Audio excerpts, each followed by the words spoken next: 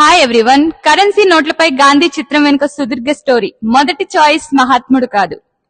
ఇవాళ మనం ఉపయోగించే ప్రతి వస్తువు మరియు ఉత్పత్తికి ఒక చరిత్ర ఉంది. అదే విధంగా నిత్యం వినియోగించే కరెన్సీ వెనుక కూడా సుదీర్ఘ హిస్టరీ దాగి ఉంది. స్వాతంత్ర్యం తర్వాత చాలా ఏళ్ల పాటు దేశీయ గొప్ప వారసత్వం మరియు పురోగతికి సంబంధించిన పలు చిత్రాలు బ్యాంక్ నోట్లపై ముద్రించారు. 1950-60 మధ్య పులులు, జింకలు వంటి గంభీరమైన జంతువులతో పాటు హెరాకుడ్ ఆనకట్ట, ఆర్యభట్ట ఉపగ్రహం వంటి పారిశ్రామిక ప్రగతికి చిహ్నాలను వినియోగించారు.